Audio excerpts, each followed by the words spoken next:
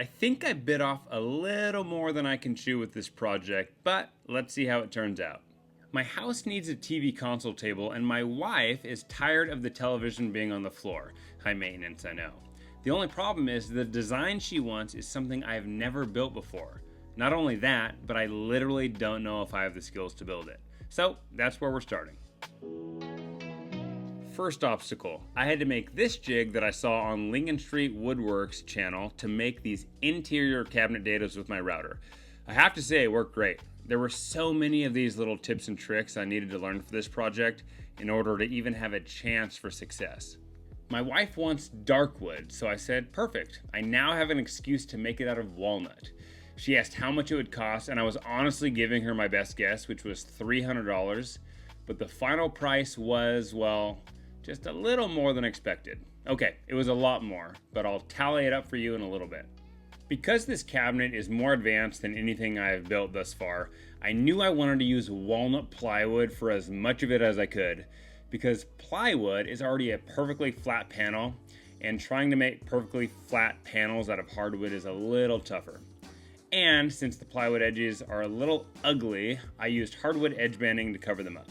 I do this on a lot of my projects, but there are components like doors, legs, and tabletops that I think really do need to be hardwood and not plywood, because the figure of hardwood can really make a piece stand out, in a good way. So many parts of this project forced me to problem solve. For example, I needed the tabletop flattened, but it was wider than my 13-inch planer. Solution? Find a friend who has a wider planer than I do. That friend was Mike Coffey of Coffey Custom Builds, who graciously let me come over and use his tool and stroke his beard. Okay, that sounded weird, and I didn't actually stroke his beard, but one day I hope to. I actually bought the walnut from him as well, which he got from a company that takes fallen trees from urban locations that are going to be thrown out and turns them into usable lumber. I really do need to consider the ecological impact of woodworking more than I currently do, and this was a great opportunity to help out for the first time. We can always be learning and growing, and I do my best learning when I make mistakes, which means I learned a lot. I don't show any mistakes in this video, but believe me, there were many. The cabinet wasn't square, the doors didn't fit, the edge bending cracked, just to name a few. These are great opportunities to learn, adapt, and overcome. Another first for me is using Bloom soft close hidden door hinges. These are surprisingly easy to install, and at this point, I'm starting to think that this project might actually be passable to my wife. So these doors presented a problem. Well, actually the cabinet presented a problem. Since the cabinet wasn't perfectly square, the doors didn't quite fit right. Solution? Use a jig on the table saw to cut the edges of the doors at the same angle as the cabinet walls. After many cuts, I finally got the 1/8 inch square reveal I wanted. The design my wife wants includes curved legs, which I have never done before. I was initially intimidated until I remembered that templates exist. I bought a curved leg template on Etsy to use so each leg would be identical to each other. I could have made this template myself, but the person I bought it from cut it on the CNC, so it was absolutely perfect. So what's the tip here? You don't need to make everything. Buy a template to help with your project, or if you're not a woodworker, buy a tool or accessory that helps you complete whatever you're working on. There are always things that intimidate me, and curves in my work was one of them. I think I was so fearful because I had never done anything like that before.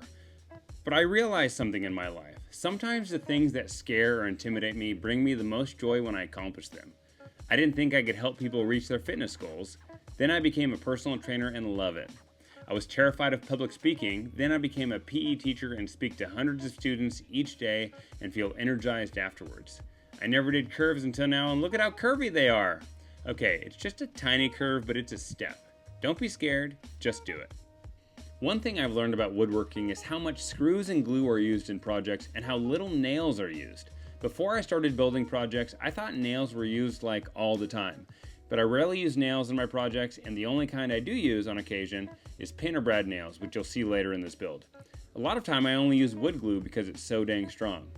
I attach these legs to the cabinet using a few recessed screws that you can't see unless you're on my floor, and tilt the console table up, which would be very weird.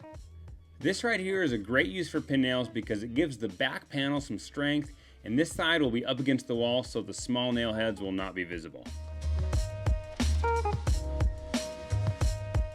Okay, the cost. thought this build would cost about $300, but after purchasing all the wood, hardware, and other materials, it came in right around $600, and that doesn't even include any labor cost. More than expected, but I'm happy with the result. I'm really glad I went out of my comfort zone and tackled this project.